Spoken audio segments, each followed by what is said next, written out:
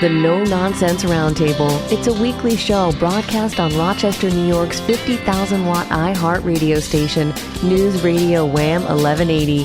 The host, Dom Genova, interviews guests from all walks of life, all with amazing stories to tell. What you are about to hear is a recording of a previous broadcast with limited commercials. Now, here's host, Dom Genova.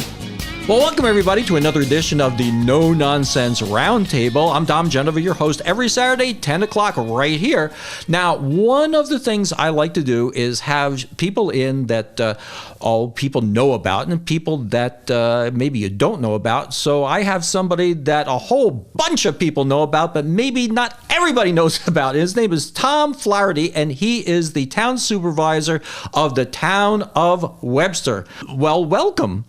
Well, Dom, thank you. And I guess I'm more excited to meet you than I think you are of meeting me. I've been a fan for many years. I just always loved the way you promoted your truck dealership and kind of patterned my business philosophy after that in a lot of ways. Well, it's been a long, strange journey, as it has been for a lot of us. I found out that you are kind of like a reluctant politician. I say that because it's not like you were 8 years old and you know all of a sudden you said I want to be a supervisor of a town. So I mean, there's the question. There's the funny question I always ask people: what did you want to do when you were a young boy? Oh, I think like everybody else, I wanted to be in the NFL or Major League Baseball. And then, of course, by the time I got to high school, most 135-pound, 5'10" guys, that kind of ends at that point. I don't know, and I try to be patient with my own kids when they're in their teens and early 20s that, Dom, did you really know what you wanted to do at 18, 20, 22? Do you know what you want to do at your age now? No, when I was young, when I was in first grade, I told the nun I wanted to be a stand-up comedian. That's not too far from what I'm doing now. It's just ridiculous. No, it's not. Ridiculous stuff, Well, so, Dom, I did stand-up comedy as an amateur here in Rochester back in my early 20s, yes. Really? What was your shtick? Well, my shtick was kind of college-educated. I don't know how to describe it, but there's a reason why I didn't go further on within it. It is a very tough art. It has helped me tremendously in 30-plus years on public speaking because, as I've always said, if you can stand up in front of 100 people you don't know and try to make them laugh, you're not that nervous to get up and make a couple-minute speech in front of 100 people at a trade show, or in my position now as Webster Town Supervisor, obviously I have to do a lot of public speaking. Better than any Dale Carnegie course, nothing against those, that you could ever have. It was great training, but a very difficult art. Well, they say that most people, not most people, but a lot of people are more afraid of public speaking than dying. Yes. And that's always been unusual for me because I don't care. You have to be able to say something and not embarrass yourself or not feel like you've been embarrassed or something or other. I mean, that's what it is. There's a difference between being funny and humiliating yourself, I think. No doubt about that. And, it's funny, Dom, just a week or two ago when we had a pretty large project that's known here in upstate New York, the Coca-Cola Fairlife plant that's being built in Webster. Oh, it only took you 3 minutes to get to this. But it is contextually, when they were putting the 5 speakers together, they were saying to me, no, obviously, if you're going to be nervous and this and that, and I was like, no, I'm not going to be nervous, and I don't know if they really believed me, but I didn't have a chance to say what I just said. Okay, before we get to this big deal you have going on, we'll get there. Okay, We'll get there. But tell me, where'd you go to school? Well, I went to high school at Bishop Kearney. No, that's not what I'm talking about. Oh, I know. Yeah. And I just found this out today, and I don't know how I didn't know this, that I am a fellow alumni of St. Bonaventure University with the Honorable Dom Genova. And Yeah, I mean, the thing about Bonnet grads is that we all have the same shared experience about going to school at a very nice school in the middle of nowhere. Amen. The middle of nowhere with sometimes nothing to do but drink.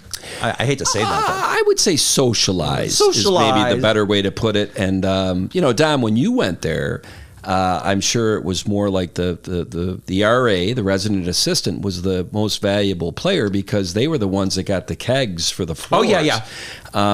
By the time I went there, just a couple years later, that's when the drinking age was starting to change. And I think the whole socialization changed because, like my brother who graduated in 82, he has friends still that were seniors when he was a freshman, and freshman when he was a senior, because you guys were all kind of just coalesced in one area together because you could have a couple of cocktails together.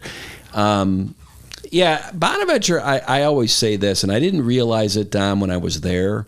I've come to appreciate it more as I've gotten older. The typical Bonaventure graduate is high-performing, low ego. Yeah. And that's a very rare combination because I'm sure we've all dealt with, the other, how about high ego, low performing? Very difficult to work with those people. But Bonaventure, if you stay there for 4 years, I don't think you can have a high ego. No, I think the way to word it is that we really don't put on airs. Exactly. We don't say, wow, we've gone to this place or that place. We're proud of St. Bonaventure, but it's not like we make a big deal about it. It's us. The amount of successful people that have graduated from Bonaventure is, it goes on, and a lot of them. In fact, a lot of CEOs, historically of Fortune 500 companies, were undergrad at St. Bonaventure. Now they went on to master's degrees and doctorate degrees, but if you think about it, a CEO, you don't have to be the best scientist at a scientific firm. You don't have to be the best, whatever at any firm. You have to have a broad base and understand people. And I think Bonaventure gave us the greatest training in that. I didn't realize it when I was there. I totally understand it now. And the other thing about St. Bonaventure, you discover people that you never knew, like you. Yeah, Jack Gardner was a Bonaventure grad. Yeah. There's a lot of great people. Super guy. So we're about ready to head into a break. We got another minute or so left. But your path in life has not been like a political path. That's why I say you're an unintended politician. And I want to get into that after the break, because I think one of the things that the founding fathers, I think, were crafting in our Constitution and Declaration of Independence was this concept that people had common sense, and there was a middle ground we can compromise on, and the person that has the best interest of the community should be in service, and probably not for the rest of their lives. So we'll talk about a little bit about the political thing, and then after that we'll get into this fair. What is it? Stuff again? What is We will be talking about the Coke Fairlife project that's going on in Webster, New York. That is.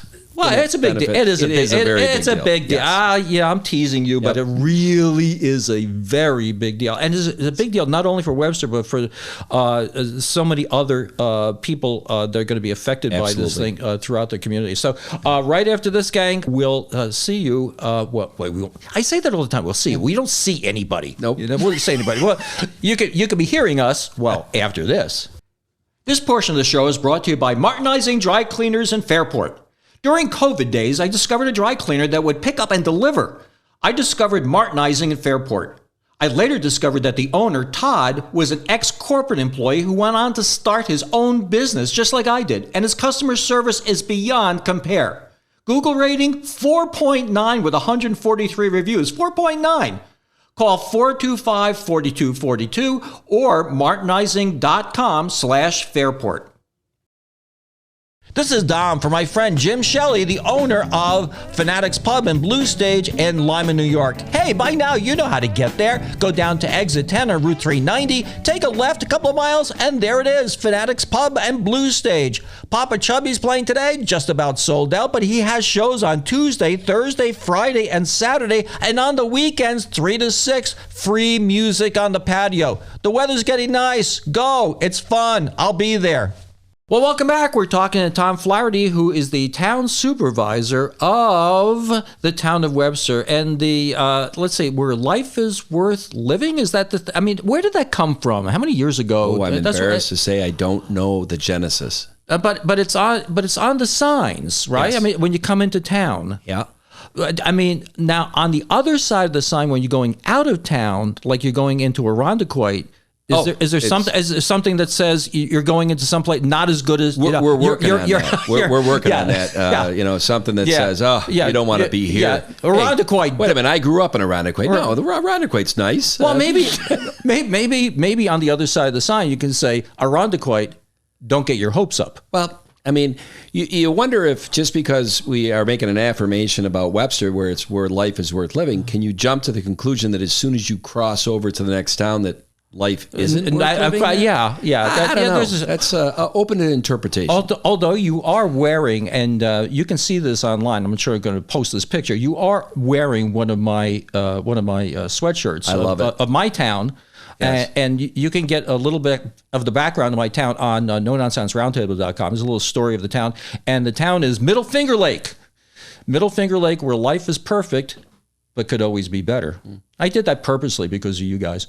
Well, I mean, I'm glad that we motivated you, Dom, because I love this sweatshirt. And I have some friends who have places on Keuka that they will absolutely love when I wear this. Well, you know, Keuka Lake, if you look at it, kind of looks like it's giving you the finger. It no doubt does. So let's just, So let's talk about this. Well, you know what? You can say it's a place where life is worth living and you can have a fair life.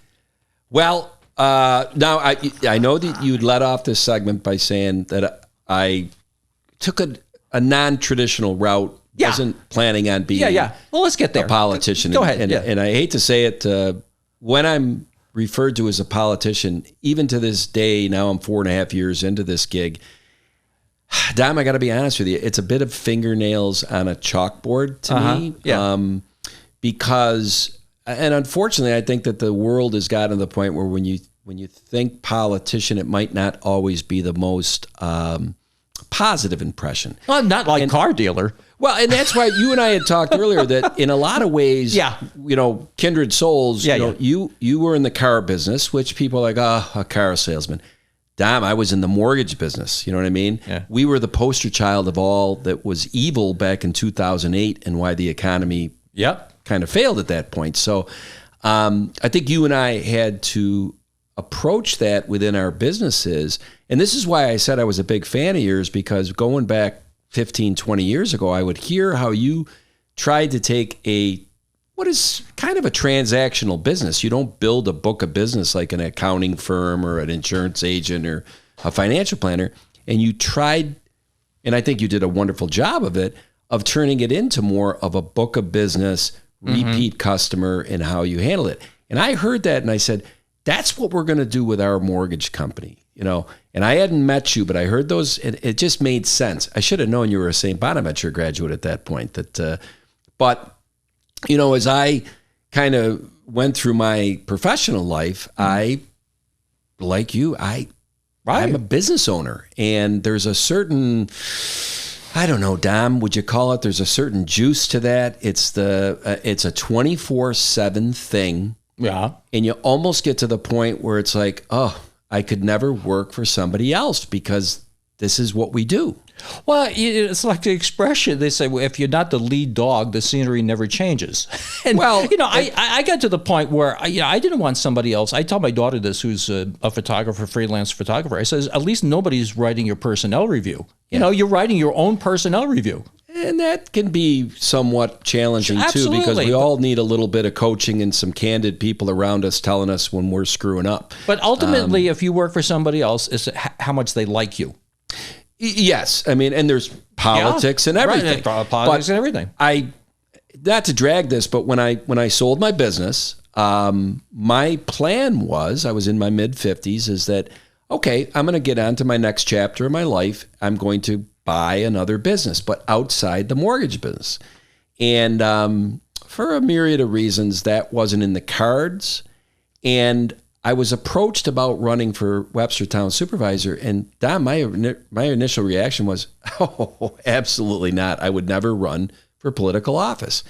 But the more I looked at the position, a lot of the things that I did with my own company was the skill sets needed to be a town supervisor. So I thought, well, this would be an interesting position to do for 4 to 6 years.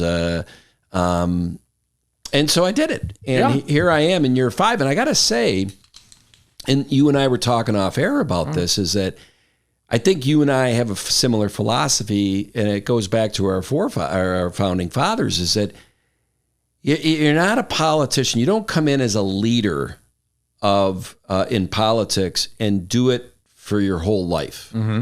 You come in from your field, whatever that is. Right. You put in your 4 to 6 years, you do your civic duty, and then you step out and let the next person up do it. Well, that's certainly what George Washington did. No doubt. I mean, he could have been. They say he could have been king. He could have been king, but he understood that you needed the change in leadership. Now, one of the things we were talking about before too is the ability to compromise, and I love Ronald Reagan quotes. He said, "Somebody who is 20% against you is 80% with you." Yep. He says, and if you can't compromise, you're going to get nothing done. That's why he and Tip O'Neill would have a drink and get things done, which you're not seeing these days. No, and that's, I mean, Dom, I realize my lot in life, if you want to call it, in my political position. I say it a lot of times. I'm a podunk town supervisor. There is the county above me, there is the state above that, and then there's the federal. But in a lot of ways, if we don't get to the point where, like you said, Ronald Reagan and Tip O'Neill, I hope it's going to come back to the point, because if both sides are just yelling at the other that I'm 100% right and you're 100% wrong and vice versa, well, then we're not going to get anything done. No. And it really is not representative of 95% of the population. And that worries me for my kids, for my grandchildren, hopefully someday, is that I think we know, it comes down to this. You ran a business, you're a leader. What you did as a leader, what I had to do as a leader in business, a lot of the things that we had to do in politics, the incentive is not there to do it, to hit problems head on. There's almost an incentive to kick them down the road because this might be unpopular for me getting reelected. You weren't getting reelected to owning your company. You knew if you didn't make those tough decisions that you might go out of business. Well, the thing I would the underlying philosophy I would have is that don't let the perfect be the enemy of the good. Thank you. I mean, you get. I mean, yeah, it's good enough. Keep on making. And every once in a while, when I teach a class at RIT, I'll tell the kids, keep on making good decisions over and over and over again, rather than having paralysis by analysis and do nothing. Right. And something we could go on all day. You're going to make mistakes. Once you figure out that you made a mistake, then remedy it, apologize for it, learn from it. Ooh, that's a good lesson. So I gave you a softball at the beginning of this section where I used the word a fair life, which I thought you were going to, but we haven't talked about that yet. So we're going to have to get more into that after the news break, which is, right now. All right. Here's a message from my friends at the Rochester Red Wings, the best sports team on the planet. Could be the universe. The Wings are home this weekend. Friday is a Bark in the Park game. Saturday, help beautify the city and get a free ticket, t-shirt, and lunch as part of Clean Sweep. Sunday, kids can run the bases on Cinco de Mayo Day. For tickets, visit redwingsbaseball.com. Well, welcome back. You're listening to No Nonsense Roundtable. We're here at Tom Flaherty, who is the town supervisor of the town of Webster.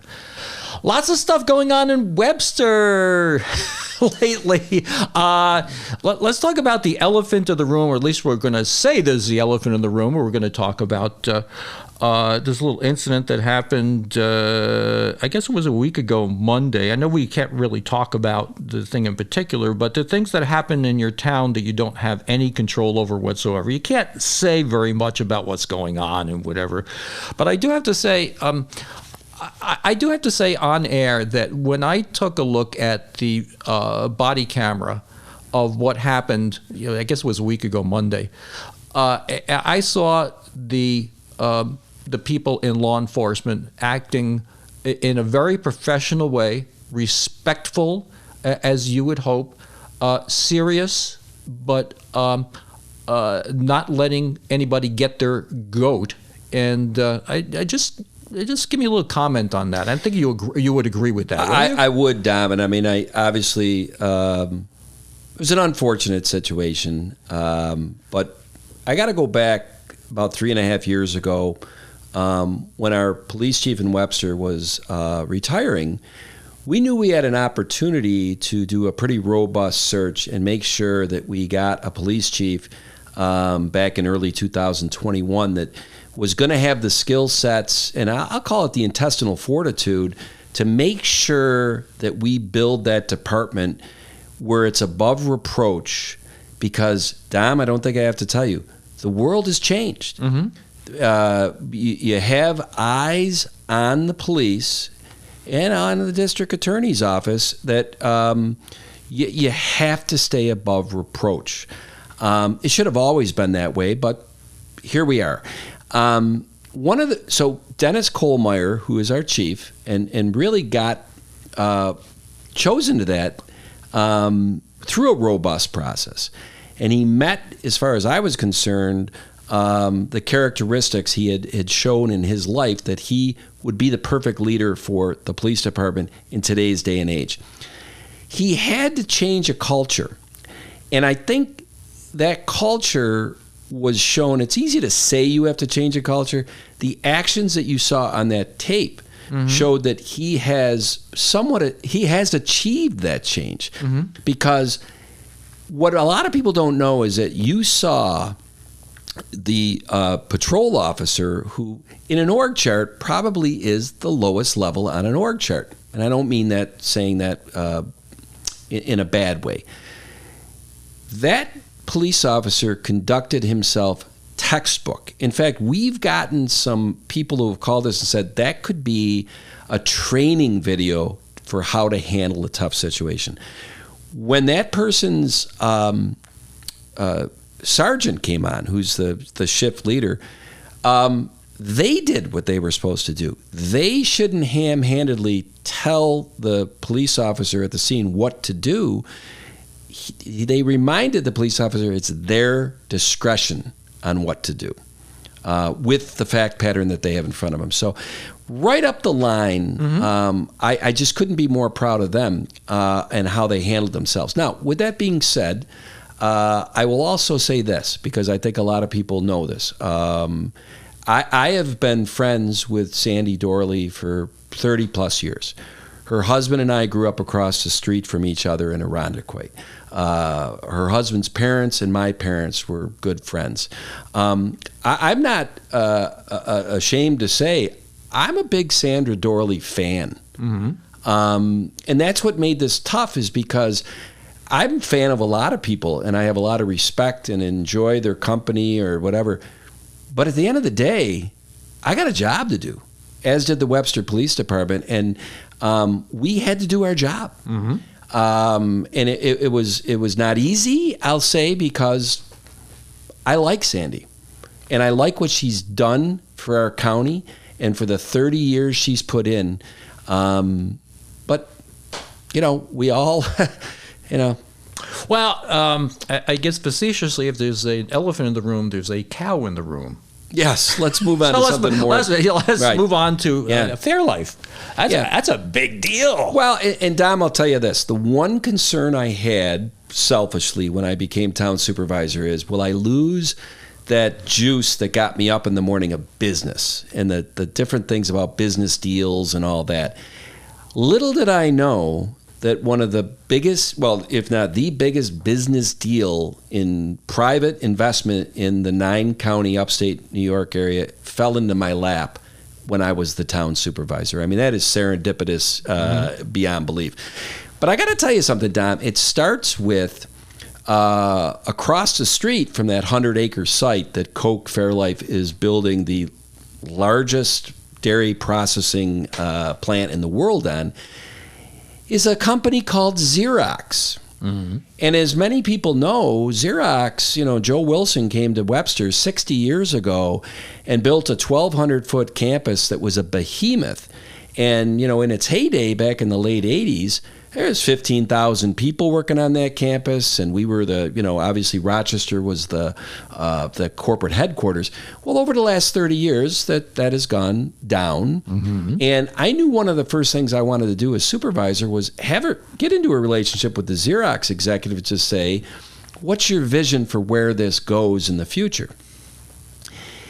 Basically, that's a private company. They own that land. They can do anything they want with it. In June of 2022, Xerox sold 110 acres and about 1.5 million square feet to Tessie Plastics out of Skinny Atlas. And I'm going to tell you something. You look them up, they're a worldwide company, 21st century industry. I call that the first domino, Dom, of the redevelopment of the industrial side of Webster. I think right around that time is when Coke Fairlife, and we did not know it was them, started their search on 40 sites in 12 different states to build their plant. And they went through Greater Rochester Enterprise. I don't know if you're familiar with them. Mm-hmm. And so Webster, we got pinged in summer of 2022. They didn't say who it was. They keep a lot of secrecy on this, and you can imagine why. And it was really interesting because I could see early on, this is going to be, if this comes to Webster, this is big. So we need to act a certain way. We can't treat this project like your typical 50-house subdivision. Mm-hmm. This is so much bigger, and it really made us look. I got to tell you something, Dom. It made me look in the mirror and say, this is above my pay grade. I need some help. Well, the thing about it, and you can expand on this a little bit, is not only all the jobs that are going to be there, but it's all the farms and the farmers and the dairy farmers that are going to be providing it too. Right? I think it was Cornell Cooperative did kind of like, well, what effect does this have on all of upstate New York with the dairy farmers? And then, you got your ancillary businesses that feed the, no pun intended, the dairy farms. It's an exponential commerce effect on upstate ripple New York. Effect. You have a ripple huge. Effect. The thing that people say though too, it kind of drives me crazy. Is, they're getting these tax breaks. Wait a minute. First of all, you're complaining that the taxes in New York State are too high to begin with, right? And then somebody gets a tax break, which encourages them to do business, and then the employees are making money, and other people are providing them with services and whatever. And you have to take a look and see is it worth it? Are you investing? I was expecting a lot more out of photonics, to be honest with you. I mean, they had this big thing, photonics. Okay, this is processing milk products. Yes, I mean, people actually will get some benefit from this. There's no doubt, and I mean, I got to say, and that's been a frustrating part of this job, is to hear the critics that when we were in business we didn't really have to hear. I know, being an accountant by trade, the benefits of this far outweigh the tax benefits. And we're going to talk more about this, after this. This is Dom for my friends at Jack Greco Furniture. You drive your car. You live with your furniture. That's why Nina and I buy our furniture locally from Jack Greco. Hey, lots of old name manufacturers of furniture switch to mass production, producing their furniture, who knows where. Why settle for that? Jack has quality pieces made by true craftsmen, and if you need a custom piece, Jack can happily do that. End of the season's upon us. Jack has quality outdoor furniture you won't find anywhere else. Go to jackgreco.com for more info. This is Dom for my friend John McClurk at McClurk Chrysler Dodge Jeep Ram and McClurk Chevrolet in Perry, New York. Hey, the buds are coming out on the trees. Everybody likes a nice ride. Take a ride down to McClurk in Perry and see the great deals that he has on Chrysler Dodge Jeep Ram vehicles and Chevy trucks. I tell you, John McClurk does business the old-fashioned way. He takes care of you. No nonsense. And used cars? He's got great used cars. See him today or go to McClurk Chrysler Dodge Jeep Ram or McClurk Chevrolet. Well, we're talking to Tom Flaherty, who is the town supervisor of the only place that is worth living. Where life is worth living. You know, that's just a tad. I don't know. It's just where life is worth living. Well, what is everything else then? I don't know. Well, Mendon, where life is almost worth living. Well, Dom, you know, the old joke about the New Hampshire license plates say, live free or die, but aren't those license plates made in a prison? Yeah, that's right. That's right. Well, the one was it Vermont. There was one that says Vermont, and the bottom it says vacation land, and there's a guy who had a Volkswagen Beetle, and he had a thing says a bug. So it was Vermont, a bug vacation land. Lovely. Yeah, that's a true story. Well, you know, God drove an old Plymouth, right? You knew that, right? I did not. Oh yeah, it's right. It's right in the Bible. He drove Adam and Eve out of the Garden of Eden in a fury. Okay. Now you could use. Don't match wits with Dom Genova. You're going to lose. No, you're talking to a half wit. I'm not a full wit. I'm just a half wit. So let's lighten things up a little bit here. So I am not a Republican. I am not a Democrat, and depending on what day of week it is, you're a Republican or a Democrat because you've switched back and forth, and it's like it has to do with the solstice or look at your blushing. Look at that. Look at that. Yep. You are you're either a Democrat with a little d or you're a Republican with a little r. Well, I will tell you this. My wife and I both have been registered Republicans since we registered to vote. Now, she's a few years younger than me. I remember when I went to register to vote the first time, I was 19. It was 1984, so you can do the math. And it was Ronald Reagan, and I want to say, was it Walter Mondale? But I registered to vote. They said, well, what are you? And I said, what am I? I'm a college student. No, are you a Republican or Democrat? That's how they approached it when you registered back then. Nobody ever told you could be unaffiliated or independent or anything like that. So I was like, well, I want to vote for Reagan. And they said, well, then you're a Republican. That's how I got indoctrinated into being a registered Republican. Now, to be very honest with you, my family, my father, my brothers, my sister, we own businesses. That's what we do. Yeah. So I think from a fiscal conservatism aspect, we lean Republican. But I will say this, and I've always been proud of my family members, that I think we're definitely social moderates. Yeah. I really don't care what you do in your bedroom. That's none of my business. Just I don't know. I think there's certain things that are happening politically that shouldn't be political issues, but they are.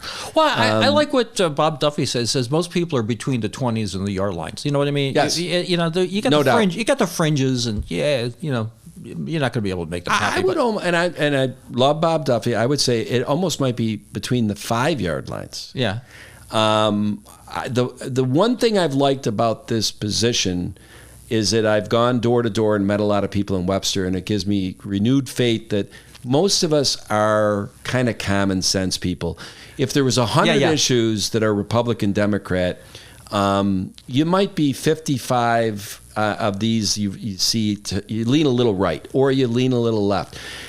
The problem we got today, as far as I'm concerned, Dom, is it seems like the fringes are the loud ones that are out there, and it's not reality. It doesn't represent us as a society.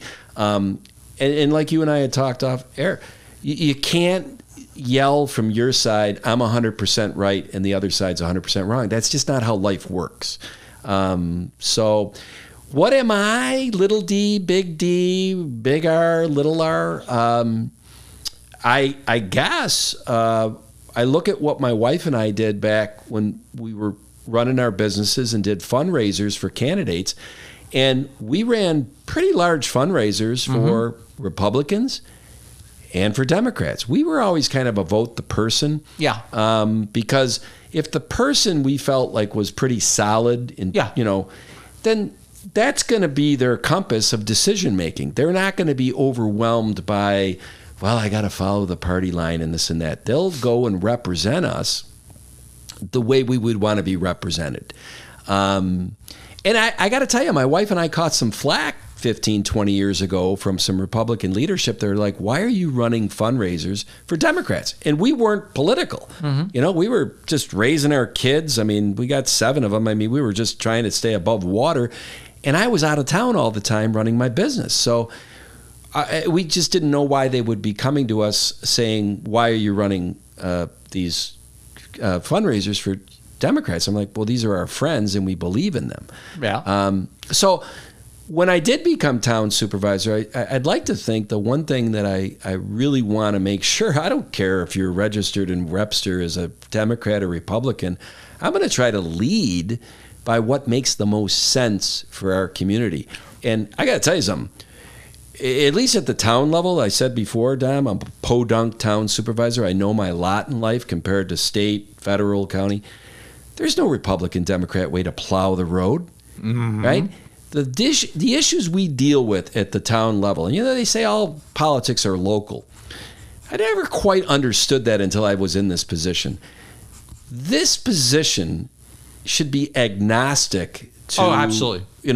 Absolutely. I could make an argument that if you went back years ago, it should be like a school board. School board, at least it used to be, you don't put a D and an R next to your name. You just put your resume up and the people vote for you based on would that be a good member or not. Town boards, I mean, I don't know. I mean, in a different day and age, it would have been nice to just say, here's my resume. This is what I've done in my life. Am I going to be a good town board member to represent this community? Well, let's change the subject just a little bit. I mean, I'm going to ask you a very direct question. Are there more children in the Von Trapp family or yours? That's a great question. I don't remember how many. Liesel and, and I saw the movie The Sound of Music. Yeah. So, but you do know how many you have. Yes, and in fact, and Dom, I got to tell you. Yeah, let's touch on that because that's your most important job. You want to run the gamut on this one? And one of the reasons I decided to sell my company was that when I was starting to build it and getting to other states, suddenly, I'm out of town 70% of the time, and I'm missing sporting events, and I'm missing this stuff. And my wife and I just said, this is crazy. So the time was right. And one thing I will say about this job, I haven't missed any of my youngest sons' football games, baseball games, events. But I got to tell you, and I'm very proud of this. My oldest is a certified financial planner. Okay. And I think one of the reasons why he will be very successful at this long term is because he's a very honest guy. And I told him in that profession, the biggest thing you can have is trust. Right. And it oozes out of them. Right. Because absolutely, you are handing somebody numbers on a piece of paper and you're getting numbers on a piece of paper back. You got it. It's not like the old days. Now I was talking about, you have more than 2 kids. I mean, you have 7? 7. 7 children. God bless you. Yeah. And Dom, like I said, I want to. My 3 of my daughters they did ROTC in college. One of the downsides of coming from a family of 7 and going to parochial schools from kindergarten up through senior year in high school, I couldn't make enough money to help them with college, so they had to figure that out. Yeah. And 3 of my daughters, I mean, they're 2 of them are first lieutenants, and God bless them. Thank them for great. Thank them for their service. That's my wonderful. My one daughter is graduating might have already by the time this plays, is a doctor of pharmacy from Auburn University. My wife and I have been very blessed with with how the kids have turned out. Well, I'm delighted that you came into my studio today, and I think we've spent probably 2 or 3 hours together before we started recording the show. And it's been delightful to know you, and I'm glad that you're a fan of mine, because I could always use fans. Yep, you were a motivating factor for me when I was trying to figure out in 2008 what to do with my business. And believe it or not, I thought about back then, hearing your ads, I'm like, this guy's got it. This guy's got the right idea. You're too nice. You have one fault, and it's being too nice. Well, I don't know about that. Talk to my people I work with. And Okay, gang, 10 o'clock right here every Saturday. It's the No Nonsense Roundtable.